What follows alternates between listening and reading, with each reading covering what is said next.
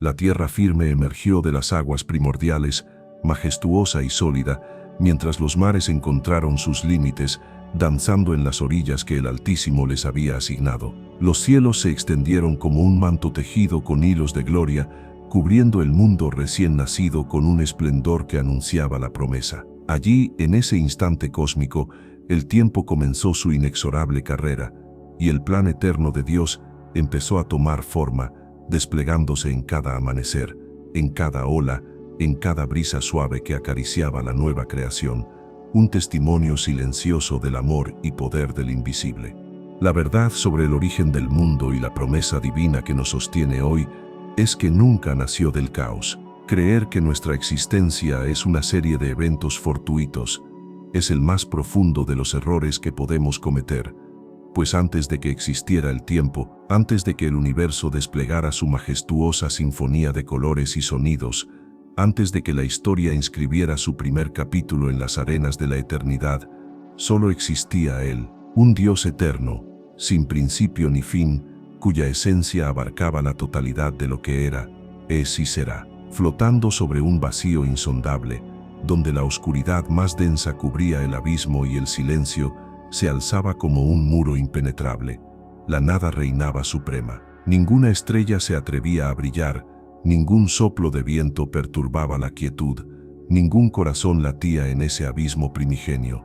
Era la quinta esencia de la nada, hasta que una sola palabra fue pronunciada desde la eternidad, sea la luz, y entonces, con una majestad que ninguna lengua humana puede describir, la luz irrumpió, desgarrando las tinieblas, revelando no solo formas y colores, sino la promesa de vida que latía en el corazón de Dios. El universo que conocemos no brotó del caos ciego, sino del orden divino, no del azar caprichoso, sino de un propósito eterno. Cada partícula de la creación respondió como un coro celestial a la voz de su Creador, una armonía perfecta donde cada elemento cumplía su rol en una danza sagrada. En la plenitud del sexto día, en medio de la brisa suave que acariciaba los jardines recién formados, Dios se inclinó sobre el polvo humilde de la tierra. Con sus propias manos, las mismas que habían suspendido estrellas y esculpido montañas, moldeó la forma de un hombre. Era una obra de arte incomparable, un reflejo de su propia imagen. Luego, con un gesto de amor inefable, sopló en sus narices el aliento de vida, y en ese instante sagrado, el hombre abrió los ojos. Su primera mirada no fue hacia el sol o las flores, sino hacia el rostro del propio Dios, un encuentro que definió la esencia de nuestra existencia. Era el reflejo del cielo en la tierra, una comunión perfecta que nos hace anhelar lo que perdimos. Pero incluso allí, en el corazón mismo del paraíso, existía un límite sagrado, un árbol, una elección que definiría el destino de toda la humanidad. Y es aquí donde comienza el dilema que resuena con una fuerza inquebrantable hasta nuestros días. Una decisión cuyas ondas se extienden a través del tiempo, alcanzando cada alma, cada lágrima derramada, cada anhelo de justicia que se alza en este mundo imperfecto. Medita en esto, amado oyente. Poco después, la mujer fue formada de su costado, no de la cabeza para dominarlo, ni de los pies para ser pisada, sino del lado, para caminar junto a él, un compañerismo perfecto, una unidad sagrada. Juntos, Adán y Eva habitaron el jardín del Edén, un paraíso de belleza indescriptible, donde cada hoja, cada río, cada criatura vibraba en perfecta armonía con el Creador. No había dolor, ni muerte, ni miedo, solo la inocencia pura y la comunión ininterrumpida. Los ríos corrían puros como cristal, los animales convivían en una paz asombrosa, y el mismo Dios paseaba con ellos en el frescor del día, en una relación íntima y sin barreras. Y si todo lo que conocemos hoy, las guerras crueles que desgarran naciones, las lágrimas amargas que surcan los rostros de la humanidad, la injusticia que oprime al débil, la añoranza profunda por un paraíso perdido, y si todo esto hubiese comenzado con una sola elección, una decisión tomada en un jardín perfecto, bajo la mirada amorosa pero justa del Creador. Esta no es solo la historia ancestral de cómo el mundo fue creado, es el origen de nuestra propia existencia, de nuestro dolor más íntimo y, paradójicamente, de nuestra inquebrantable esperanza.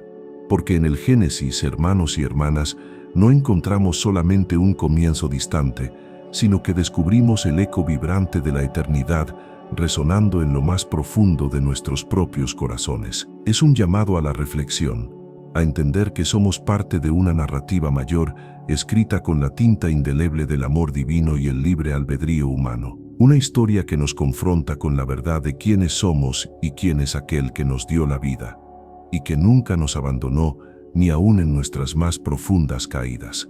El silencio, una densidad palpable, flotaba sobre la vasta extensión de la nada, hasta que el sonido inaudible de la creación resonó, no como un estruendo violento, sino como un trueno suave que estremeció la eternidad.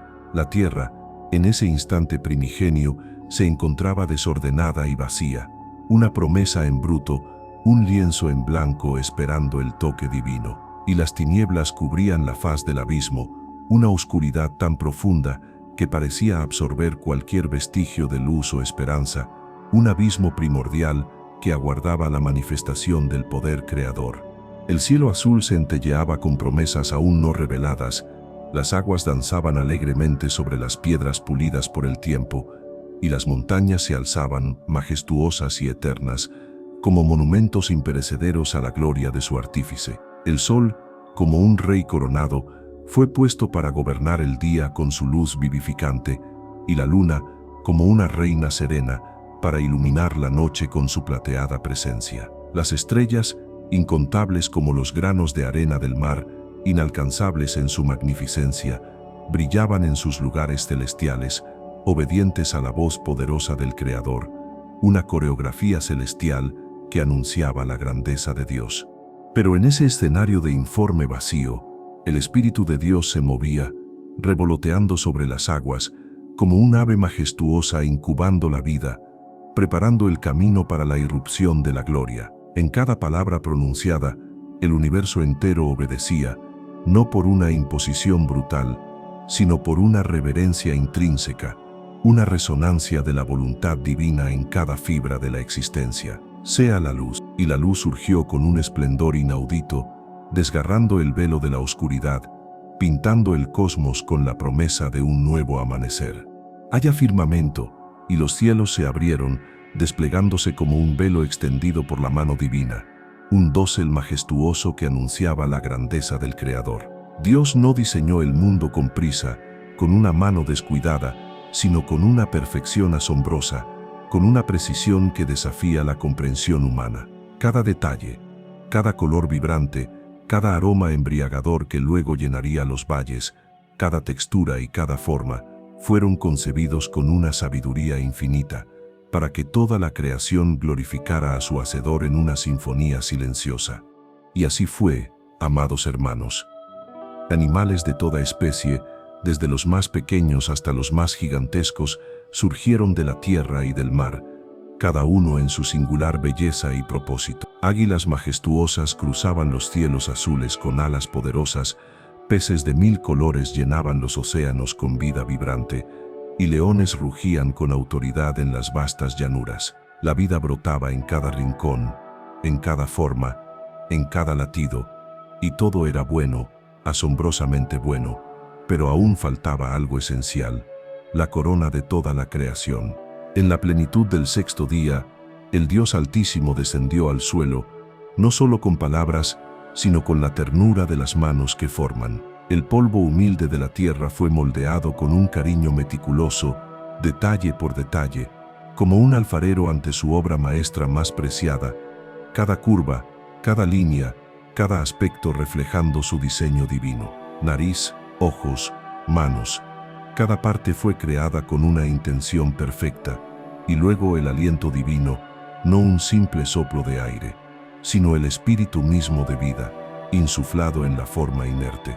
La tierra floreció bajo la caricia divina, los campos se vistieron de un verde esmeralda, vibrante y prometedor, los árboles se cargaron de frutos dulces y jugosos, y las flores exhalaron perfumes en tonos de alabanza que subían al cielo. Los ríos serpenteaban con una dulzura melodiosa, susurrando secretos antiguos a las orillas, y el viento soplaba en una sinfonía perfecta, un cántico de la creación que llenaba el aire.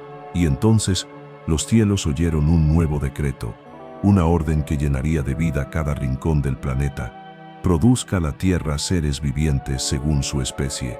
Adán abrió los ojos, respiró, sintió la brisa en su piel, vio el cielo vasto y los árboles vibrantes, y frente a él, el Dios eterno, su Creador, su Padre en una comunión inmaculada. Pero el hombre no fue hecho para la soledad. Dios en su infinita sabiduría vio que no era bueno que el hombre estuviera solo.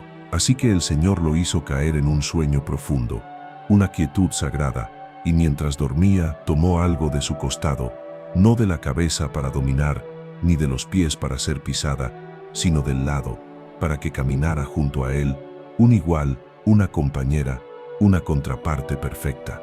Y de allí formó a la mujer, la cumbre de la creación, la expresión de la belleza y la gracia. Cuando Adán la vio, sus ojos brillaron con una luz nueva, un reconocimiento profundo.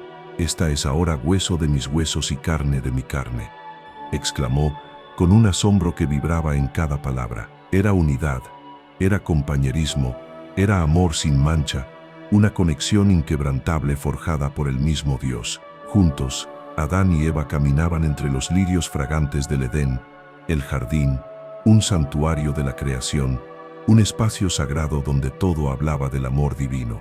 Ríos que corrían limpios como cristal, árboles cargados de frutos que ofrecían alimento y delicia, aromas que embriagaban el alma con su dulzura. Leones y corderos descansaban uno al lado del otro, en una paz que parecía imposible en cualquier otro lugar. La brisa de la tarde traía consigo la presencia inconfundible de Dios, y en el frescor del día, el Creador los encontraba, conversaba con ellos, sonreía, en una intimidad que solo podía existir en un paraíso inmaculado. No había culpa, no había vergüenza, no había dolor que empañara la perfección. Y en el centro mismo del jardín, dos árboles se alzaban majestuosos, el árbol de la vida y el árbol del conocimiento del bien y del mal. Dios dio al hombre libertad, la más preciada de las posesiones, pero también un límite claro, una frontera sagrada que no debía ser traspasada. «De todo árbol del jardín comerás libremente», declaró el Señor con voz amorosa, «pero del árbol del conocimiento del bien y del mal no comerás, porque el día que de él comas, ciertamente morirás». Era una elección, una prueba de confianza suprema, porque el amor verdadero solo existe donde hay libertad para elegir, donde la obediencia no es forzada, sino una expresión de libre voluntad. La creación entera vibraba en perfecta armonía, un eco de la voluntad divina que se manifestaba en cada rincón. Cada amanecer, los pájaros saludaban al sol con nuevos cantos, melodías que se elevaban al cielo como ofrendas de alabanza. Cada atardecer, el cielo se vestía de púrpura y oro, como si el mismo Dios pintara el horizonte con su pincel de gloria, un espectáculo diario de su magnificencia. No había luto, no había lágrima, todo estaba como debía estar, en un equilibrio delicado y perfecto, un verdadero reflejo del cielo en la tierra. Y allí, en ese jardín perfecto, Dios no creó robots, no diseñó marionetas sin alma, sino que creó hijos con libre albedrío, con conciencia, con un alma capaz de amar y elegir. Y Adán cultivaba la tierra con alegría desbordante, con un propósito que llenaba sus días de significado. Eva danzaba entre las flores, en una comunión con la naturaleza que era un reflejo de su propia pureza. Juntos descubrían el mundo, se descubrían el uno al otro, y lo más glorioso de todo, descubrían al mismo Dios en cada detalle de la creación. Nada los separaba, nada los amenazaba, pues la protección divina los envolvía. Toda la creación era testigo del esplendor inigualable de Dios. Cada amanecer, cada flor, cada criatura proclamaba su grandeza. Y por un breve pero glorioso momento en la eternidad, todo era exactamente como Él lo había soñado, como lo había diseñado en su corazón. La tierra era el escenario magnífico de la gloria divina, el hombre, la imagen viva y consciente de su Creador, y la mujer, un reflejo sublime de la belleza y la gracia que emana del Altísimo. La armonía era real, tangible, palpable, y el cielo sonreía al ver su obra maestra en perfecta comunión. Estaban desnudos, despojados de cualquier disfraz o artificio, y no se avergonzaban, porque la inocencia era pura y la presencia de Dios era constante, envolviéndolos como un manto de gloria. El Edén no era solo un lugar físico, un jardín delimitado por ríos y árboles. Era un estado de comunión perfecta. Dios y el hombre juntos, creador y criatura, unidos por un lazo de amor eterno e inquebrantable. Allí no había religión en el sentido de ritos vacíos, sino una relación viva.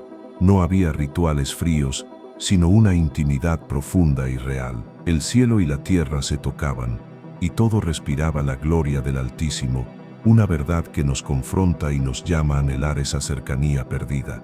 Pero incluso en el paraíso, en la cumbre de la perfección, algo sutil se acercaba, un susurro a la distancia, apenas perceptible, una mirada disimulada que portaba la semilla de la traición. Porque donde hay libertad verdadera, también existe el riesgo inherente de la caída, la posibilidad de elegir un camino diferente al diseñado por el amor.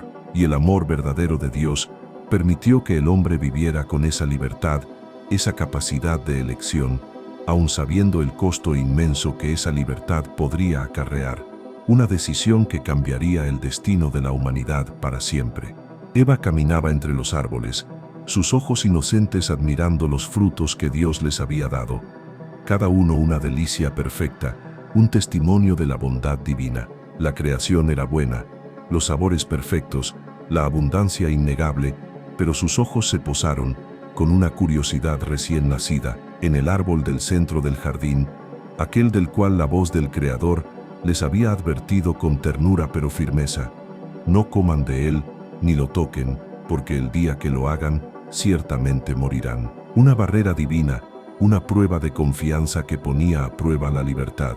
Pero ese estado perfecto, ese Edén de paz inmaculada y comunión ininterrumpida, estaba a punto de ser sacudido hasta sus cimientos por una decisión. Porque pronto una elección simple, pero con consecuencias cósmicas, lo cambiaría todo, alterando el curso de la historia humana. Y el jardín que antes era refugio, un santuario de la presencia divina, se convertiría en el escenario de una tragedia que resonaría a través de los siglos, dejando una cicatriz en el alma de la humanidad y un profundo anhelo por la redención. El jardín aún exhalaba una paz engañosa, pero una presencia extranjera, insidiosa y sutil, ya caminaba entre las sombras, tejiendo su red de engaño. Ni siquiera el brillo más puro de la luz del Edén podía ocultar el susurro de la duda que se acercaba sigilosamente, como una brisa fría que preanuncia la tormenta. Y allí, entre los árboles frondosos, surgió algo que no provenía de las manos creadoras de Dios, algo ajeno a su diseño perfecto, una astucia antigua, vestida con la seducción de la belleza, alojada en el cuerpo sinuoso de una serpiente, portadora de la más mortífera de las tentaciones. Y fue entonces que la serpiente habló, no con furia estridente, sino con la seducción más suave y venenosa, no con violencia explícita, sino con la siembra sutil de la duda, esa semilla de desconfianza que corroe el alma. ¿Con que Dios les ha dicho que no pueden comer de ningún árbol del jardín?, preguntó con una voz melodiosa y engañosa, distorsionando la verdad, sembrando la confusión. Eva, aún en su inocencia, aunque con una fisura ya abierta por la astucia, respondió con la verdad: podemos comer de todos, excepto del árbol que está en medio del jardín. Dios dijo: no coman de él, ni lo toquen para que no mueran. La serpiente entonces sonrió una sonrisa fría, disfrazada de sabiduría ancestral, una sonrisa que prometía conocimiento y poder, pero que ocultaba la muerte. Ciertamente no morirán, exclamó con convicción falsa. Dios sabe que el día que coman de él, se les abrirán los ojos y serán como Dios, conocedores del bien y del mal. Las palabras entraron en su mente como un eco suave, pero penetrante, resonando con la promesa de ser como Dios, de conocer, de tener más, de trascender el límite impuesto por el Creador. Eva miró el fruto, ya no con inocencia, sino con el fuego de la codicia encendido en su corazón. Era bello a la vista, atractivo, deseable para alcanzar esa sabiduría prometida. Extendió la mano, y en un instante todo cambió. El tejido perfecto del Edén se rasgó, el fruto prohibido tocó sus labios, y la inocencia se hizo pedazos. El velo de la pureza se desgarró. Ella se lo dio a Adán, él comió, y el silencio del Edén fue roto por el sonido más triste de la historia, el eco de la primera desobediencia, el primer pecado, el acto que selló el destino de la humanidad. En ese instante trágico, sus ojos se abrieron, pero no para la sabiduría que anhelaban, sino para la cruda realidad de la vergüenza. Se dieron cuenta de que estaban desnudos, vulnerables, expuestos ante la pureza de Dios, y trataron de cubrirse con hojas de higuera, una vana y patética popitca de ocultar el peso de la culpa que los abrumaba. Pero no había hoja capaz de ocultar la mancha del pecado, la ruptura con la comunión divina. La voz del Señor resonó por el jardín, no con furia, sino con un doloroso lamento. Adán, ¿dónde estás?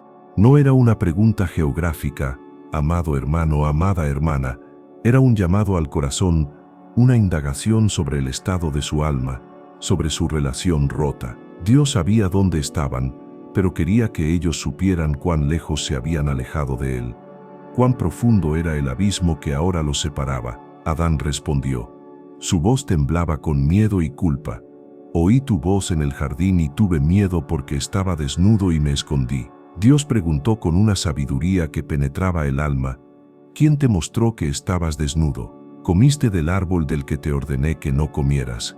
Y así comenzó el ciclo trágico de la culpa y la acusación, un patrón que aún vemos en la humanidad. Adán dijo, culpando a Eva y, sutilmente, al mismo Dios, la mujer que me diste, ella me dio del fruto y yo comí. Eva, a su vez, respondió, desplazando la responsabilidad, la serpiente me engañó y comí. Y en ese momento, el paraíso tembló, no por un terremoto físico, sino por la fractura espiritual. La tierra que antes solo había conocido bendición, ahora oyó la sentencia de la maldición, un juicio que afectaría a toda la creación. El suelo sería maldito, produciendo espinos y cardos, el sudor precedería al pan, el esfuerzo se volvería una constante, el dolor alcanzaría a la mujer en el parto, una agonía que se transmitiría por generaciones. El conflicto, la fricción y la lucha entrarían en la relación entre el hombre y la mujer, y la muerte, hasta entonces una extraña en el Edén, ahora se convertiría en el destino inevitable de todo ser viviente, un recordatorio sombrío de la desobediencia. Pero incluso en el juicio más severo, Dios plantó la promesa, una semilla de esperanza en la oscuridad más profunda. El Señor miró a la serpiente, la artífice de la caída, y declaró con autoridad divina, pondré enemistad entre ti y la mujer, entre tu descendencia y su descendiente. Él te herirá en la cabeza, y tú le herirás en el talón. Era el primer anuncio, la primera profecía mesiánica, una semilla de esperanza escondida entre las lágrimas de la expulsión. Un día vendría un descendiente de la mujer, y él aplastaría la cabeza de la serpiente, destruyendo su poder y restaurando todo lo que se había perdido en aquel trágico día en el Edén. Una promesa que brillaba como luz en la oscuridad. Pero ese día el Edén fue cerrado, sus puertas perfectas selladas para siempre a la humanidad. Dios, en su justicia inquebrantable, expulsó al hombre y a la mujer del jardín, no por crueldad, sino para proteger la santidad del árbol de la vida. Colocó querubines y una espada flameante que giraba en todas direcciones, para guardar el camino del árbol de la vida, impidiendo el acceso a la inmortalidad en el pecado. Adán y Eva salieron con el corazón roto y el peso de su elección, pero no salieron solos, no fueron abandonados a su suerte en la desolación. Pero incluso con el corazón roto y el paraíso perdido, llevaban consigo la promesa, una esperanza que resistiría los siglos, una certeza de que Dios no los abandonaría. Aún caído, el hombre no fue desamparado. El Dios que creó con amor infinito, aún amaba con una pasión inagotable, incluso al hombre rebelde. Y así comenzó la historia de la humanidad, no solo de creación y caída, sino de un Dios que, aún herido por la desobediencia, eligió redimir, eligió perseguir a su creación con amor incansable, mostrando que su misericordia es más grande que nuestro pecado. El mismo Dios, antes de expulsarlos de la gloria, hizo túnicas de pieles y los vistió, cubriendo su vergüenza, un gesto de amor y provisión. Era el inicio del sacrificio, la primera señal de que alguien inocente tendría que morir para que el hombre pudiera ser cubierto de su pecado y restaurado a la comunión. Era un destello, una prefiguración de lo que aún habría de venir, un hilo escarlata de redención, comenzando a tejerse desde el Edén hasta la cruz. Adán miró una última vez el jardín, sus ojos llenos de una nostalgia infinita. Eva le tomó la mano con fuerza, sus lágrimas corriendo libremente por sus mejillas. El tiempo pasó, inexorable y cruel, más allá de las puertas selladas del Edén. El mundo que antes había sido un espejo de la perfección divina, ahora parecía más grande, más vasto, pero ya no era pleno. Le faltaba la luz de la presencia constante. La tierra, ahora herida por la caída y la maldición, respondía con espinas y cardos, exigiendo sudor y esfuerzo para dar su fruto. El viento ya no traía el sonido suave de la presencia de Dios en el frescor del día, y la memoria del paraíso se volvía un recuerdo cargado de una nostalgia profunda y dolorosa. Los dos hermanos crecieron bajo el mismo cielo, hijos del mismo padre y la misma madre, la primera familia fuera del Edén. Fueron enseñados sobre el Dios que lo creó todo con amor y sobre el Edén que habían perdido por una trágica elección. Pero incluso dentro del mismo hogar, los caminos del corazón humano siguieron rumbos distintos, revelando la profunda herida del pecado que afectaba a todos. Caín se convirtió en labrador de la tierra, fuerte, trabajador, con las manos endurecidas por el suelo que ahora exigía esfuerzo extenuante para dar sus frutos, un reflejo de la maldición original. Aún así, la vida continuaba su curso, con una fuerza indomable que es testimonio de la bendición original, y con lágrimas en los ojos, mezcla de dolor y esperanza, Eva dio a luz a su primer hijo. «He adquirido un varón con la ayuda del Señor», dijo ella, con una exclamación de fe, al sostener al recién nacido en sus brazos, una pequeña luz en la oscuridad del exilio. El niño recibió el nombre de Caín, que significaba posesión. Algún tiempo después, llegó otro hijo, Abel, cuyo nombre significaba vapor, soplo, como si ya presintieran cuán efímera y frágil sería su vida en este mundo caído. Abel, en cambio, fue pastor de ovejas, un hombre más silencioso, más contemplativo, caminando entre los campos con sus rebaños, observando el cielo y las estrellas, buscando comprender al Creador en el vaivén de la hierba y en la pureza de los animales que guiaba con ternura. Ambos sabían que era necesario adorar, que debían ofrecer al Señor lo mejor de sí mismos, un eco de la relación perdida con Dios. Pero no todos los corazones ofrecen con la misma intención, no todas las ofrendas brotan de la misma fe y reverencia. Y aquí radica la crucial diferencia. Caín recogió del fruto de la tierra, sus cosechas, y trajo su ofrenda al Señor, un gesto de cumplimiento, pero quizás sin el alma verdadera. Abel, por su parte, separó de los primogénitos de sus ovejas, los más gordos, los más puros, no solo para cumplir un rito externo, sino para honrar con fe y reverencia a aquel que todo le daba, ofreciendo lo mejor de su corazón. Y entonces, ante el altar, Dios vio más que las ofrendas materiales, vio el corazón detrás del gesto, la intención secreta del alma que se presentaba. Y la palabra dice que el Señor miró con agrado a Abel y a su ofrenda, aceptando su devoción sincera. Pero no miró con agrado a Caín ni a lo que él había traído, porque el corazón no estaba en sintonía con el sacrificio. El fuego quizás descendió sobre el altar de Abel, consumiendo su ofrenda como señal de aceptación divina, pero sobre el de Caín solo hubo silencio, un silencio que gritaba rechazo. Fue allí, en ese instante de desaprobación divina, que algo se rompió irreversiblemente dentro del primogénito. La envidia se encendió como brasas ardientes bajo la piel, quemando su interior con un fuego corrosivo. El resentimiento tomó forma, creciendo como un tumor maligno. La ira, alimentada por el rechazo y la comparación, creció como una tormenta silenciosa en su alma, prometiendo devastación. Y Dios, conociendo el corazón del hombre y viendo la oscuridad que se gestaba, Habló con él con una ternura que confrontaba. ¿Por qué estás enojado? ¿Y por qué ha decaído tu semblante? Si haces lo bueno, ¿no serás aceptado? Pero si no haces lo bueno, el pecado está a la puerta. Con todo a ti será su deseo, y tú debes dominarlo. Era una advertencia clara, una alerta divina, una oportunidad para el arrepentimiento, pero el orgullo ya había cerrado sus oídos.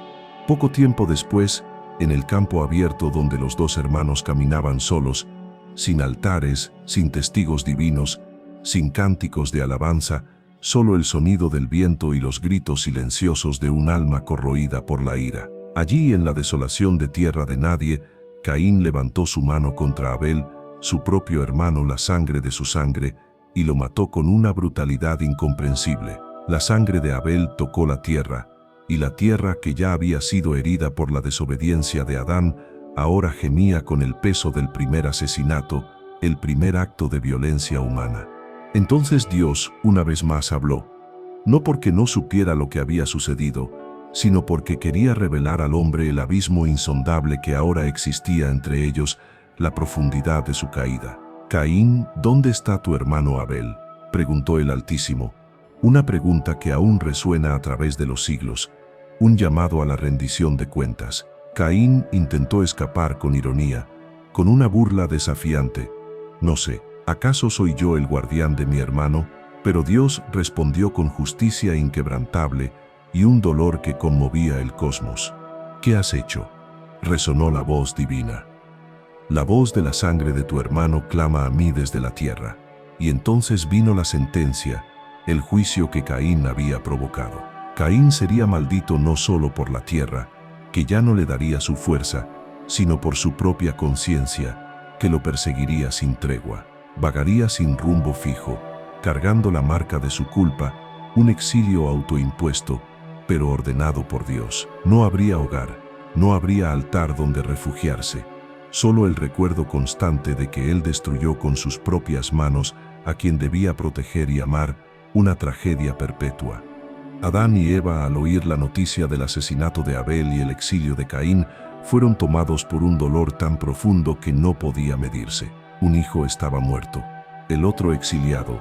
Era el punto culminante de la tragedia que comenzó con una sola elección en el jardín. El pecado, como una semilla venenosa sembrada en el Edén, ya daba sus primeros frutos amargos, extendiendo su influencia corruptora sobre la tierra. Pero Dios, fiel a su palabra y a su plan eterno, no había desistido de su propósito de redención para la humanidad. Pero incluso en ese juicio severo, Dios puso un límite a la justicia, una muestra de su misericordia persistente.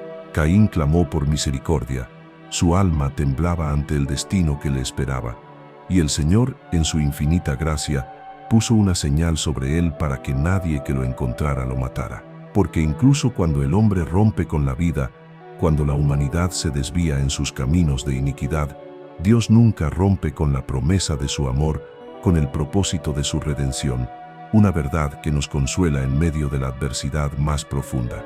Eva, algún tiempo después, dio a luz otro hijo, a quien llamó Set, que significaba sustituto o opuesto, y fue a través de él que la línea de la promesa continuaría, una línea sagrada que llevaría hasta Noé, hasta Abraham, hasta David, hasta Jesús mismo, porque la historia de la Biblia nunca es solo sobre caída y destrucción, sino sobre la redención milagrosa que fluye del corazón de Dios. El dolor de Eva no sería el final de la historia, la muerte de Abel no sería en vano, la sangre que clamaba por justicia sería un día respondida por una sangre que clama por perdón, la sangre del Cordero de Dios.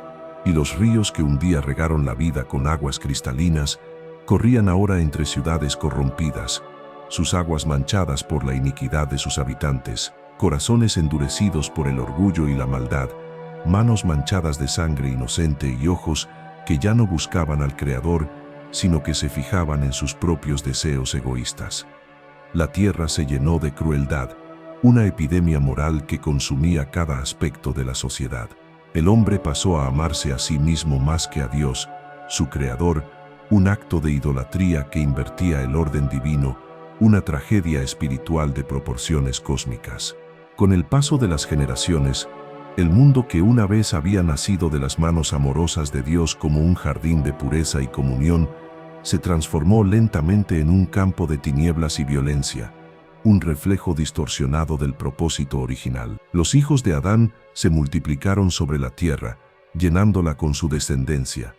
Pero en lugar de expandir el reflejo de la imagen divina, esparcieron el eco ensordecedor del pecado, la corrupción inherente que ahora habitaba en cada corazón. La belleza inmaculada del Edén era ahora apenas un recuerdo distante, una leyenda susurrada por los ancianos. La sed insaciable de poder, la codicia que roía el alma, la lujuria desenfrenada y el desprecio absoluto por la vida humana, todo eso tomaba forma en cada generación que surgía, profundizando la oscuridad. Lo que debía ser un mundo de luz y gloria se volvió un valle de sombras profundas, un abismo de depravación, y el corazón de Dios se dolió, se quebrantó por la rebeldía de su creación. Aquel que creó con amor infinito, que sopló vida con ternura paternal, ahora observaba su creación hundirse en tinieblas que parecían irreversibles, un mar de iniquidad que amenazaba con ahogarlo todo. Pero incluso ante la decisión inminente de destruir lo que se había corrompido hasta la médula, la Escritura registra una frase que lo cambia todo. Una chispa de esperanza en la oscuridad más densa. Noé halló gracia ante los ojos del Señor, en medio de una generación perversa, de un mundo sumergido en el pecado, había un hombre justo e íntegro en sus caminos, que caminaba humildemente con Dios. No era perfecto en un sentido absoluto, pero tenía fe, una fe viva y genuina que lo distinguía del resto. Y fue a partir de esa fe, esa pequeña semilla en un corazón, que Dios decidió recomenzar. El Creador habló con él con voz clara y firme, y el llamado era tan grandioso como el juicio que se aproximaba, una tarea que desafiaría toda lógica humana. Haz para ti un arca de madera de gofer. Dios dio medidas exactas, detalles precisos, instrucciones meticulosas, compartimentos, un techo, 3 pisos. El arca no sería solo una embarcación de madera, sería un refugio seguro, un símbolo poderoso de salvación, una señal palpable de que incluso en medio del juicio más severo, la misericordia de Dios siempre tendrá un lugar donde reposar, un lugar donde aquellos que creen pueden encontrar refugio seguro.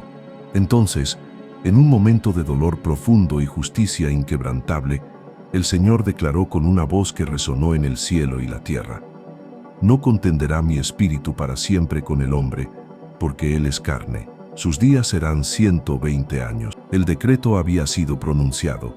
El tiempo sería contado con precisión divina, y un juicio vendría, no por venganza caprichosa, sino porque la santidad de Dios no puede convivir eternamente con la corrupción desenfrenada del hombre. Había un límite, una línea que no podía ser cruzada indefinidamente sin consecuencias. Durante años, Noé trabajó con una fe inquebrantable. Martillazos resonaban bajo el sol inclemente, cada golpe un acto de obediencia. La madera crujía mientras se moldeaba, los clavos penetraban los troncos con cada impacto, y cada golpe de martillo era una predicación silenciosa, un sermón en acción para una generación incrédula. El arca se alzaba, gigantesca e imponente, no solo como una obra de ingeniería humana, sino como un testimonio viviente de fe en un Dios que ve más allá de las apariencias superficiales, que ve el corazón y recompensa la obediencia. El pueblo lo veía, el pueblo se burlaba, sus risas vacías resonaban en el aire. Lluvia, diluvio, juicio, se mofaban. ¡Qué absurdo! Todo eso parecía inconcebible para una generación que se ahogaba en su propio orgullo y autoengaño, ciegos a la verdad inminente. Pero Noé seguía día tras día, con paciencia incansable, con reverencia profunda, porque no construía solo un barco. Él construía la esperanza del mundo, el vehículo de la continuidad de la promesa divina, una semilla de vida en un mundo destinado a la purificación por agua. Entonces, cuando el arca estuvo finalmente lista, Dios habló de nuevo, y su voz hizo que la creación se moviera. Los animales vinieron de 2 en 2, macho y hembra de cada especie, como movidos por una fuerza invisible, guiados por el propio Creador a la seguridad del arca. Luego, Noé, su esposa, sus hijos y sus nueras también entraron, obedeciendo el llamado divino. Y la Escritura dice que fue el propio Dios quien cerró la puerta, sellando la esperanza dentro y el juicio fuera, una clara demarcación entre la salvación y la perdición que nos confronta aún hoy. Y entonces, amados, comenzó lo inevitable. Las compuertas de los cielos se abrieron con un estruendo. Las fuentes del gran abismo brotaron con una fuerza descomunal. El cielo rugió con furia divina. El viento aulló como un lamento ancestral. La tierra tembló hasta sus cimientos. Y la lluvia, esa que nunca antes había caído, se desató sin tregua ni piedad, un torrente purificador. Los valles se llenaron hasta rebosar. Los montes más altos desaparecieron bajo las aguas implacables. Ciudades enteras, murallas inexpugnables, templos grandiosos y fortalezas orgullosas fueron tragados por las aguas crecientes. Durante 40 días y 40 noches, la lluvia cayó sin cesar, un diluvio que cubrió toda la faz de la tierra. El mundo, antes tan arrogante y lleno de soberbia, fue silenciado por el rugido ensordecedor de las aguas, una sinfonía de juicio. Gritos de desesperación se perdieron en el viento, ahogados por el torrente. El orgullo humano, esa torre de vanidad, fue barrido como hojas secas al soplo implacable del juicio divino. Pero en medio del caos, en el corazón de la tormenta, el arca flotaba, un refugio seguro sobre las aguas tumultuosas, una luz en la oscuridad. Adentro, Noé y su familia esperaban, su fe probada, pero inquebrantable. El sonido constante de las gotas golpeando el techo del arca era un recordatorio constante de la justicia inquebrantable de Dios, pero también de la fidelidad inamovible de sus promesas. Estaban seguros, no por mérito propio, no por su perfección, sino por gracia divina. Y esa gracia, amados, navegaba con ellos, una balsa de salvación sobre las aguas turbias del juicio, un testimonio vivo de la misericordia de un Dios que no abandona a los suyos, incluso cuando todo parece perdido. Después de 150 días, las aguas comenzaron a descender lentamente, revelando un mundo lavado y transformado. El arca reposó finalmente sobre los montes de Ararat, un ancla de esperanza en la nueva tierra. Y cuando Noé abrió la ventana, vio que la tierra, antes cubierta por el caos y la destrucción, ahora comenzaba a respirar nuevamente, a ofrecer una promesa de vida renovada. El cuervo voló y no regresó, la paloma regresó, luego salió de nuevo y volvió con una hoja de olivo fresca en el pico, la señal inequívoca de que la vida renacía en la superficie, que la esperanza había florecido de nuevo.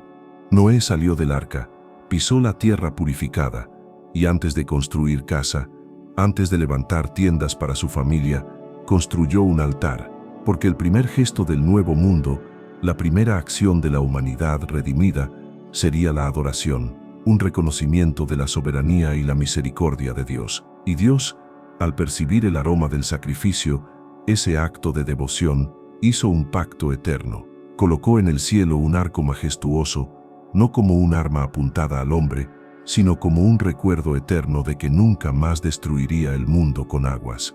El arco iris se convirtió en el símbolo vibrante de la misericordia divina, un puente de colores entre el cielo y la tierra, una promesa inquebrantable de que su pacto es eterno. Y Noé, el nuevo Adán, caminaba sobre un mundo lavado por las lágrimas del cielo, con la promesa de que, aún en medio del juicio más severo, siempre habrá salvación para los que creen, para los que confían en la palabra de un Dios fiel. Es una verdad que nos impulsa a buscar esa gracia, a aferrarnos a esa esperanza que no defrauda, un mensaje de restauración para cada alma quebrantada.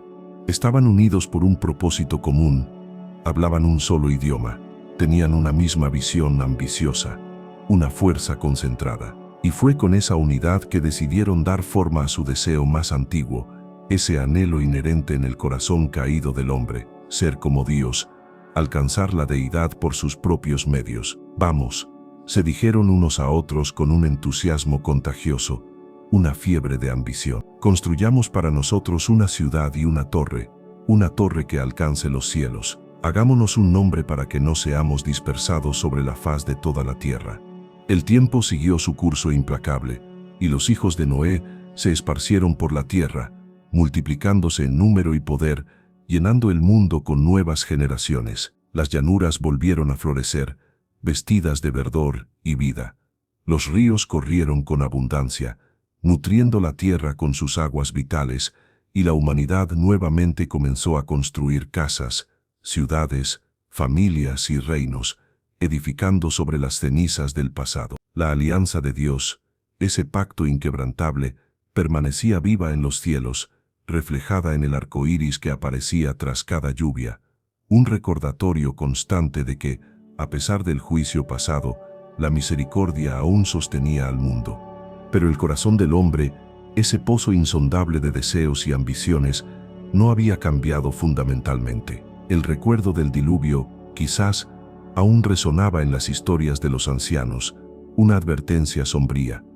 Pero la esencia del orgullo que llevó a la ruina anterior comenzó a levantarse otra vez, con una apariencia más sofisticada, más organizada, más ambiciosa, disfrazada de progreso. En la llanura de Sinar, una generación entera decidió no solo vivir, no solo existir, sino dejar un nombre imborrable para sí, una huella que eclipsara la gloria de Dios. La unidad que podría haber sido usada para reflejar la gloria de Dios, para construir un reino de luz y amor, ahora era usada para desafiar directamente su trono, para usurpar su lugar como el soberano. Y entonces el Señor, que desde lo alto de su majestuosa eternidad observa atentamente a los hijos de los hombres, descendió para ver la ciudad y la torre que edificaban con tanta arrogancia. No porque no supiera lo que estaban haciendo, pues su conocimiento es infinito, sino porque Él se inclina a ver los caminos tortuosos del corazón humano para juzgar con justicia y sabiduría. El proyecto era grandioso en su escala y audacia. Ladrillo sobre ladrillo, piedra sobre piedra, argamasa hecha con sudor humano y ambición desenfrenada. Cada martillazo que resonaba en la llanura, cada piso levantado sobre los cimientos de la vanidad, era un manifiesto de autonomía, una declaración de independencia de Dios. No querían solo refugio, no querían solo progreso material, querían gloria, querían ser recordados por su propia fuerza, querían igualarse al Creador, alcanzar las alturas con sus propias manos, como si pudieran reemplazar la presencia divina con la obra de su propia fuerza y orgullo. La torre crecía, arrogante y desafiante, la ciudad tomaba forma alrededor de ella, un monumento a la vanidad humana. Hombres y mujeres se enorgullecían de su hazaña, sus pechos henchidos de soberbia. Era como si la torre fuera el nuevo altar, no para el Dios Altísimo, sino para el hombre mismo, para su ego inflado. La cima, creían, tocaría los cielos, y la base estaría cimentada en la vanidad más profunda. El lenguaje era único, la cultura centralizada, el poder absoluto, una unidad peligrosa que se usaba para la rebelión. El caos se instauró en el sitio de construcción. La grandiosa visión se desvaneció entre gritos incomprensibles. Los equipos se desintegraron, la colaboración se volvió imposible. Los líderes perdieron el control sobre sus proyectos y sus ambiciones. La torre, ese monumento a la vanidad humana, dejó de crecer, y lo que debía ser el símbolo del poder humano se convirtió en el monumento silencioso de su limitación, de su arrogancia frustrada. La ciudad, antes unida por un propósito común, ahora se fragmentaba en miles de pedazos, y al contemplar la obra, el Creador vio que no se trataba solo de una construcción ambiciosa, sino de una rebelión abierta, un desafío directo a su autoridad. He aquí, el pueblo es uno, y todos tienen una misma lengua. Esto es solo el comienzo de su arrogancia. Ahora nada de lo que intenten hacer les será imposible, si no pongo un límite a su orgullo, declaró el Señor con sabiduría. Entonces Dios, con una sabiduría y soberanía que trascienden nuestra comprensión, no derribó muros con fuego, ni envió rayos destructivos, ni los aniquiló con catástrofes. Él confundió las lenguas, un gesto simple en apariencia, pero devastador en sus consecuencias. De repente, los hombres que antes se entendían perfectamente comenzaron a hablar idiomas diferentes, un caos de sonidos incomprensibles. Uno decía, «Pásame el martillo», otro entendía, «Tráeme la piedra», y un tercero respondía con un sonido incomprensible, una cacofonía que paralizaba el trabajo. La comunicación, que era su fuerza cohesionadora, se convirtió en su ruina. El cimiento mismo de su unidad se desmoronó bajo el peso de la confusión. De una de las naciones que surgirían de esa dispersión, Dios llamaría a un hombre, a un nombre, a un pueblo entero, y por medio de él, todas las familias de la tierra serían bendecidas. Un plan grandioso que trascendía la torre caída. La torre de Babel cayó, pero la promesa de Dios permaneció en pie, inquebrantable y eterna, más allá de los escombros de la ambición humana. Y así, entre ruinas de proyectos fallidos y nuevos comienzos, el mundo caminaba no al azar, no sin rumbo, sino bajo los ojos atentos de un Dios que confunde para proteger, dispersa para salvar, y que jamás permitirá que el orgullo del hombre destruya aquello que él aún desea restaurar con su gracia infinita. Las familias comenzaron a migrar, buscando a aquellos que hablaban su misma lengua, buscando comprensión. Surgieron pueblos y naciones, cada uno con su lengua, su camino, su cultura distintiva, y lo que era una sola civilización se convirtió en las naciones dispersas de la tierra. La ciudad pasó a llamarse Babel, que significa confusión, y la torre inconclusa quedó como un recordatorio silencioso y eterno de que todo proyecto que nace de la arrogancia humana y pretende usurpar el lugar de Dios está destinado al fracaso, a la fragmentación, a la ruina. El Señor dispersó a los pueblos por la tierra, no como un castigo cruel y sin sentido, sino como una protección amorosa, una forma de evitar que la humanidad se destruyera a sí misma en su orgullo sin límites, porque la unidad había sido usada para el orgullo y la rebelión, y el orgullo siempre, invariablemente, precede a la caída más estrepitosa. Pero aún así, Dios no abandonó a la humanidad, no se desentendió de su creación, porque mientras los hombres se perdían en sus propias lenguas, el Creador ya preparaba un nuevo plan, no de confusión, sino de redención, un camino hacia la restauración. Entre las naciones que surgieron después de Babel, entre nuevas lenguas y caminos diversos, Dios buscaba más que reinos poderosos o imperios gloriosos. Él buscaba corazones, almas dispuestas a escucharlo y obedecerlo, que vibraran con su propósito. Y en medio de las llanuras de Ur de los Caldeos, una ciudad marcada por la idolatría y el esplendor humano, un centro de cultura y comercio, había un hombre llamado Abraham. No era rey, no era sacerdote, no era un guerrero famoso, no era un hombre de poder terrenal, pero Dios lo vio en su humildad y lo eligió para un plan eterno. No había mapa, no había coordenadas geográficas precisas, solo una dirección misteriosa, ve, y una promesa tan vasta como el cielo estrellado: haré de ti una gran nación, te bendeciré, engrandeceré tu nombre, y tú serás una bendición. En ti serán benditas todas las familias de la tierra. Abraham tenía 75 años, una edad avanzada para emprender una aventura incierta. Su esposa Sarai era estéril, una realidad que hacía la promesa de una gran nación parecer una burla cruel. No tenían herederos, no tenían influencia en el mundo, y no sabían qué les esperaba en ese viaje a lo desconocido. Y donde el mundo veía solo a uno más entre miles, un simple pastor de ovejas, el Señor veía a un amigo, alguien con quien podría recomenzar la historia de la redención, una historia que cambiaría el curso del tiempo. En un día común, entre tiendas polvorientas y paisajes áridos que no prometían nada extraordinario, la voz del Eterno rompió el silencio de la vida de Abraham con un llamado que desafiaba toda lógica humana, toda razón, toda comodidad. Sal de tu tierra, de tu parentela y de la casa de tu padre, y ve a la tierra que yo te mostraré. Pero aún así, partieron, dejaron la zona de confort de su tierra natal, los lazos familiares que los ataban, las certezas de ayer, y caminaron bajo la fe de una promesa invisible, una esperanza que se aferraba a la palabra de Dios. Pasaron por desiertos abrasadores, enfrentaron reyes poderosos, habitaron en tiendas humildes, construyeron altares donde quiera que iban, marcando su paso con actos de adoración. Abraham no era perfecto, amados hermanos, tuvo miedos profundos, erró en sus decisiones, mintió en ocasiones, intentó resolver con sus propias manos lo que solo Dios podía cumplir con su poder sobrenatural. En cierto momento, presionado por el paso del tiempo y la impaciencia humana, tomó a Agar, sierva de Sarai, y engendró a Ismael, buscando forzar la promesa divina. Pero aunque el Señor bendijo al niño, dejó claro que la promesa vendría por otro camino, por un milagro que desafiaría toda lógica. Dios cambió su nombre de Abram, que significa Padre exaltado, a Abraham, Padre de muchas naciones, un nombre que llevaba la promesa en sí mismo.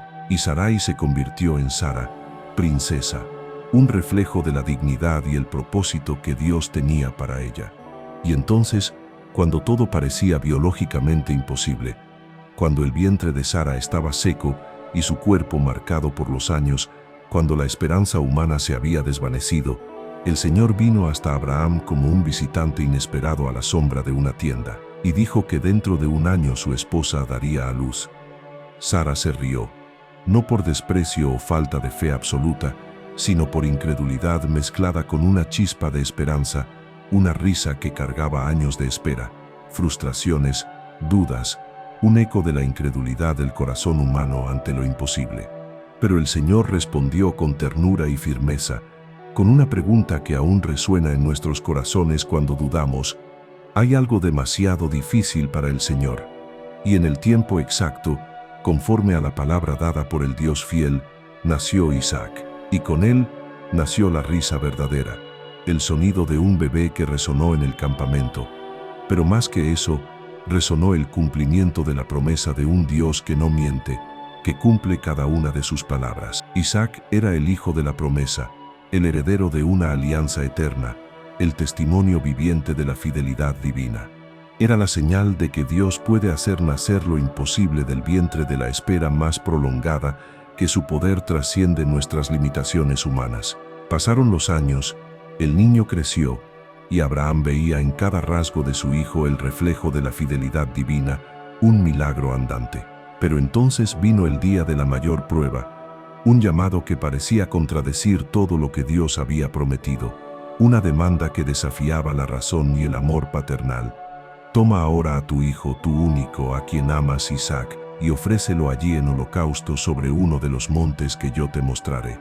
El texto sagrado no registra gritos de protesta, ni negociaciones desesperadas, ni cuestionamientos a la bondad de Dios, solo que Abraham se levantó temprano, preparó el asno, cortó la leña y partió con su hijo hacia el lugar designado por el Altísimo. Durante 3 días caminó en silencio, 3 días cargando dentro de sí la tensión insoportable entre la promesa de descendencia y el sacrificio del hijo amado, una lucha interna que pocos pueden comprender. 3 días de fe que sangra en silencio, pero no retrocede, una fe que se aferra a la palabra de Dios por encima de toda lógica. «Abraham, Abraham», resonó la voz de Dios, «no extiendas tu mano sobre el muchacho, ni le hagas cosa alguna. Ahora sé que temes a Dios, pues no me negaste a tu hijo, tu único». Y entonces, atrapado por los cuernos en un arbusto cercano, estaba un cordero, provisto milagrosamente por Dios. El sacrificio fue sustituido, la vida fue preservada. Y en ese lugar sagrado, Abraham llamó al monte «El Señor proveerá», un nombre que encapsulaba la lección eterna de la fidelidad divina. Allí, mucho antes de la cruz, Dios mostró que un día un padre entregaría a su hijo, pero esta vez no habría sustituto. Cuando llegaron al monte, Abraham dijo algo que revelaba la profundidad de su corazón y la fuerza de su fe. «Quedaos aquí con el asno, yo y el muchacho iremos hasta allí, adoraremos y volveremos». Él creía, aunque no supiera cómo, aunque la lógica gritara que era el final de su linaje. Abraham creía que Dios, si era necesario, podía resucitar a su hijo, porque Él es fiel, Él es el Dios de lo imposible. Subieron juntos, paso a paso, en un silencio cargado de significado. Isaac cargaba la leña del sacrificio, Abraham, el fuego purificador y el cuchillo afilado. El hijo, con la inocencia de su juventud, preguntó: «Padre mío, he aquí el fuego y la leña, pero ¿dónde está el cordero para el holocausto?». Y el padre respondió: su voz firme pero sus ojos llenos de lágrimas que no caían, con una fe que trascendía el dolor. Dios proveerá para sí el cordero, hijo mío. En la cima del monte, Abraham levantó el altar con manos temblorosas pero decididas, colocó la leña, ató a su hijo amado, alzó el cuchillo para el golpe final. Pero antes de que el golpe descendiera, el cielo gritó con una voz que detuvo el tiempo. Y esa lucha por la bendición y el reconocimiento continuaría a lo largo de su juventud hasta el día en que, con astucia y la complicidad de su madre, Rebeca, engañó a su padre ciego, Isaac, y le arrebató la bendición del primogénito que legítimamente correspondía a Esaú. Esaú, al enterarse de la traición, juró matar a su hermano, una venganza fría que lo perseguiría. Y así Jacob huyó, dejando atrás su casa, su tierra, su seguridad, y partió solo hacia una tierra extranjera, cargando sobre sus hombros el peso inmenso de la culpa y el engaño. Y fue de este hombre Isaac que nació Jacob, el tercer eslabón de una línea de promesa que, aunque marcada por las bendiciones divinas, también sería probada por intensos conflictos familiares, decisiones equivocadas y encuentros transformadores que moldearían el destino de generaciones enteras. Jacob vino al mundo luchando. Desde el vientre de su madre, agarraba el talón de su hermano gemelo, Esaú, como si desde temprano ya peleara por el lugar de la primacía, por la bendición, una característica que definiría su vida. Isaac vivió, y la promesa continuó, ininterrumpida y gloriosa. Y Abraham descendió del monte sabiendo que servía a un Dios que exige todo de nosotros, pero que también lo dea todo por nosotros. Un Dios de amor y provisión inagotable. La historia de Abraham se convirtió en el fundamento inquebrantable de una promesa que ahora corría por la sangre de sus descendientes, una herencia espiritual que marcaría a generaciones. Isaac, el hijo del milagro, el testimonio viviente de la fidelidad de Dios, heredó no solo tiendas y rebaños, sino el llamado sagrado de llevar el nombre del Dios Altísimo en medio de un mundo que aún se inclinaba ante ídolos mudos y vanos. Llamó a aquel lugar Betel, que significa casa de Dios, un recordatorio eterno de su encuentro transformador. Y aunque aún tenía un largo camino de transformación por delante, allí comenzó la jornada de un hombre que aprendería que no se vence con astucia humana o con engaños, sino con fe y con la gracia de Dios. En la casa de Labán, su tío Jacob trabajó durante años con diligencia, pero también con injusticia. Amó profundamente a Raquel, pero fue engañado y recibió a Lea como esposa primero, un eco de su propio engaño. Pero en sus bolsillos, aunque manchada por la astucia, llevaba la bendición que había recibido, una paradoja divina. En la soledad del desierto, al caer la noche fría, Jacob tomó una piedra como almohada y se durmió, agotado por la huida. Y fue allí, en aquella noche fría y silenciosa, bajo un cielo estrellado que parecía inmenso, que los cielos se abrieron y Dios habló en un sueño vívido y poderoso. Jacob vio una escalera mística que tocaba la tierra y se extendía hasta alcanzar los cielos, y ángeles de Dios subían y bajaban por ella, mensajeros celestiales. Y desde lo alto, el Señor reafirmaba la promesa gloriosa hecha a Abraham e Isaac. La tierra en que estás acostado te la daré a ti y a tu descendencia. He aquí, yo estoy contigo, y te guardaré donde quiera que vayas, y te haré volver a esta tierra. Una promesa de protección y retorno, de fidelidad divina a pesar de las fallas humanas. Cuando Jacob despertó, fue invadido por el temor reverente, una profunda conciencia de la presencia de Dios. Miró a su alrededor y dijo: «Ciertamente el Señor está en este lugar, y yo no lo sabía». Y entonces vino la respuesta transformadora: «Tu nombre no será más Jacob, sino Israel, porque has luchado con Dios y con los hombres, y has vencido». Desde ese día, Jacob cojeaba al caminar, pero no era señal de debilidad o derrota. Era el recordatorio constante de que quien tiene un encuentro verdadero y profundo con Dios nunca más camina igual, su vida es marcada y transformada para siempre. De Jacob, ahora Israel, nacieron 12 hijos, 12 hombres que se convertirían en las tribus de una nación elegida por Dios, un pueblo con una herencia única.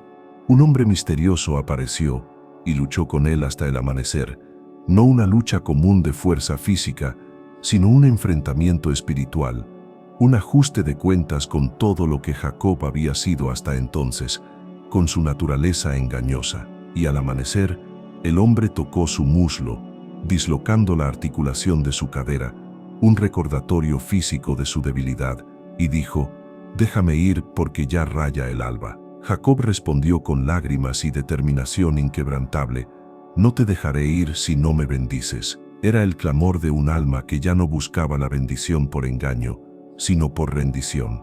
Trabajó 7 años más por Raquel, soportó injusticias de su tío, enfrentó intrigas familiares y celos entre sus esposas, pero a pesar de todo prosperó, sus rebaños y posesiones aumentaron.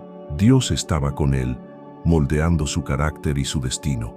Y aún entre disputas y el nacimiento de hijos de 4 mujeres diferentes, la mano del Señor seguía moldeando su historia, tejiendo su propósito a través de las complejidades de su vida. Y entonces, en una noche decisiva a orillas del arroyo de Jaboc, Jacob se quedó solo, enfrentándose a su pasado y su futuro.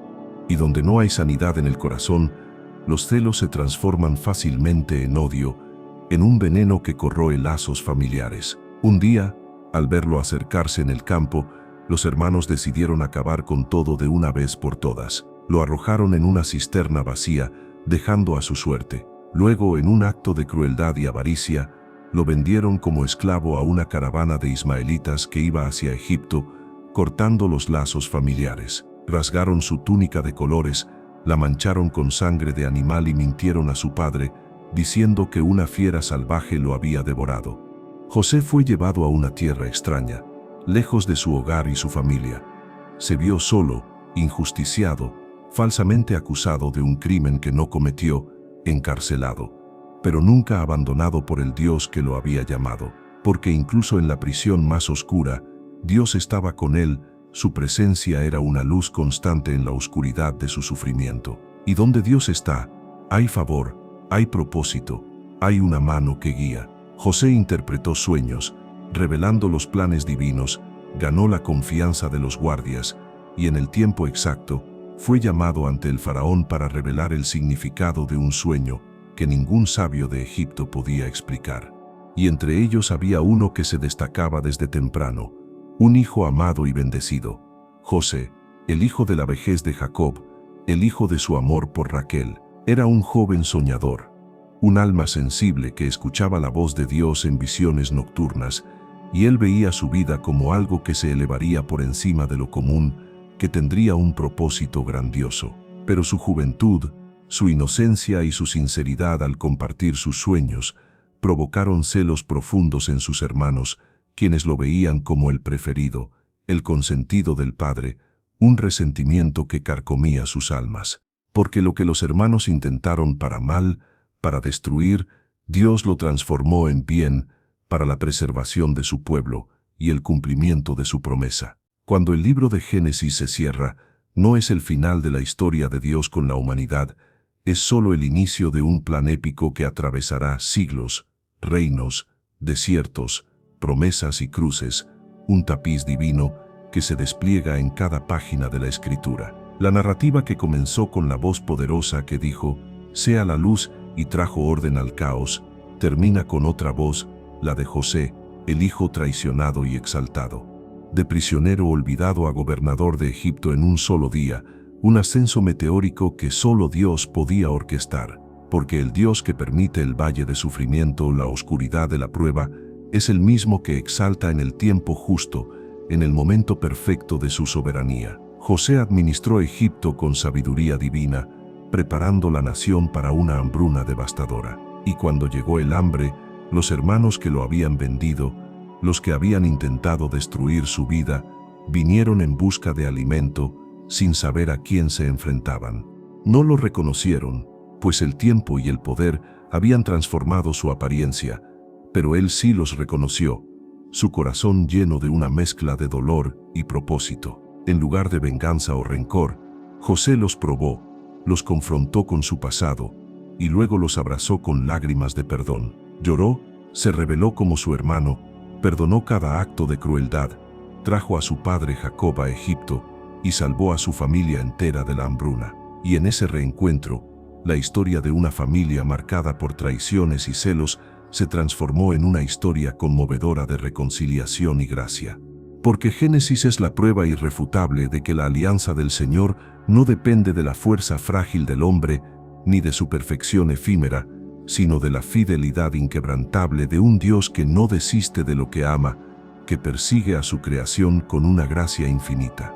De Adán a José, cada generación lleva consigo una semilla de la promesa divina, una chispa de esperanza que se transmite a través del tiempo. Aun cuando la tierra es dura y árida, aun cuando el corazón humano es rebelde y obstinado, aun cuando el pecado se multiplica y la oscuridad parece reinar, Dios interviene. José, en su lecho de muerte en las sombras de Egipto, reafirma una certeza inquebrantable, una declaración de fe que resuena a través de la eternidad: ciertamente Dios os visitará y os hará subir de esta tierra. Es una declaración de esperanza, una promesa que resuena incluso en las sombras más profundas de un exilio prolongado. Porque la fe en Génesis no es solo la fe que mira al pasado para recordar los orígenes, es la fe que cree en el futuro, en la intervención divina, incluso cuando los ojos humanos no pueden ver el camino, cuando todo parece oscuro y sin salida.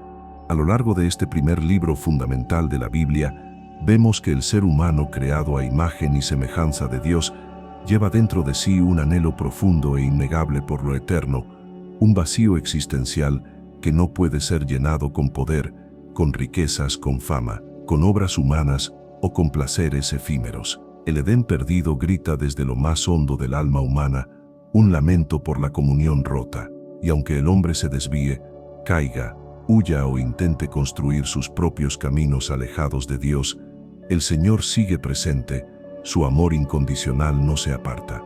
En cada capítulo, en cada historia, hay una intervención divina, a veces con justicia implacable que purifica, a veces con misericordia que restaura, muchas veces con un silencio que enseña la paciencia, pero siempre con un propósito eterno. Dios nunca se aleja de la historia humana, nunca se convierte en un espectador distante e indiferente. Por el contrario, Él entra en ella, se involucra profundamente, camina con Noé en la construcción del arca, guiándolo en cada paso. Guía a Abraham bajo las estrellas, prometiendo un linaje innumerable. Lucha con Jacob en la madrugada, transformando su identidad. Está con José en la cárcel, elevándolo a lugares de autoridad inesperada, porque el Señor de la creación no es un espectador pasivo. Él es el Dios que se involucra, que se revela personalmente a su pueblo, que conduce su plan de redención con mano firme y amorosa. Y es en este libro sagrado donde vemos por primera vez el hilo escarlata de la redención comenzar a tejerse, una hebra preciosa que atraviesa toda la Escritura. Aún en el jardín, cuando la serpiente triunfaba ante la caída, Dios profetizó con autoridad divina: vendrá el descendiente de la mujer que aplastaría la cabeza del enemigo, una promesa de victoria sobre el pecado y la muerte. Esa promesa simple y poderosa se convierte en el hilo conductor de todo el resto de las Escrituras, una esperanza que unifica la narrativa bíblica. Cada generación espera con anhelo, cada hijo nacido es un susurro de esperanza. ¿Será este el escogido, el prometido? Cada altar construido, cada sacrificio ofrecido, cada pacto sellado apunta a algo mayor, a alguien mayor, el Mesías, el Redentor, la respuesta a la profunda necesidad del hombre. Cuando Adán mira a Eva y la llama madre de todos los vivientes, lo hace con fe, con la certeza de que la muerte no tendría la última palabra, que la vida triunfaría. Cuando Noé construye el arca, no está solo salvando a su familia, está preservando la línea de la promesa, el linaje del Salvador. Cuando Abraham sube al monte Moría para sacrificar a Isaac, está representando proféticamente lo que un día el mismo Dios haría en el Calvario, entregando a su propio Hijo, el Cordero de Dios, para la redención de la humanidad, un acto de amor supremo. Y cuando José desde el trono de Egipto ofrece perdón incondicional a sus hermanos que lo traicionaron, está anunciando: Aunque inconscientemente, el poder de la gracia que un día se revelaría por completo en la persona de Jesucristo. Génesis nos muestra que la historia humana no es lineal ni predecible, sino que es conducida por las manos soberanas del autor de la vida, el que teje cada destino con un propósito eterno. Él escribe con letras de fuego divino y líneas de sangre redentora, pero nunca con indiferencia o desinterés. Sus personajes son reales, palpables en su humanidad. Fallan, lloran, vacilan en su fe, mienten, caen en el pecado, pero son amados con un amor inquebrantable, son llamados a un propósito mayor, son transformados por la gracia divina, porque el plan de Dios no se basa en nuestros méritos imperfectos, sino en su misericordia infinita y su gracia abundante. Y al contemplar cada escena de este libro sagrado, entendemos que no habla solo del pasado distante, sino que habla de nosotros hoy, de nuestra propia historia, de nuestra búsqueda de significado y redención. Somos Adán y Eva, huyendo y tratando de escondernos de la presencia de Dios cuando erramos, pero también somos los que escuchan su voz de amor en el jardín de nuestra alma. Somos Caín, muchas veces ofendidos, llenos de envidia y resentimiento, pero también somos Abel, buscando ofrecer lo mejor de nuestro corazón con sinceridad. Somos Noé, desafiados a creer en las promesas de Dios cuando nadie más cree, a construir un arca de fe en medio de la burla. Somos Abraham, que obedece a un llamado divino, aún sin entender completamente el camino. Un Dios que ve el final desde el comienzo, que tiene la visión completa, y que comienza algo nuevo incluso cuando todo parece perdido, cuando no hay esperanza humana.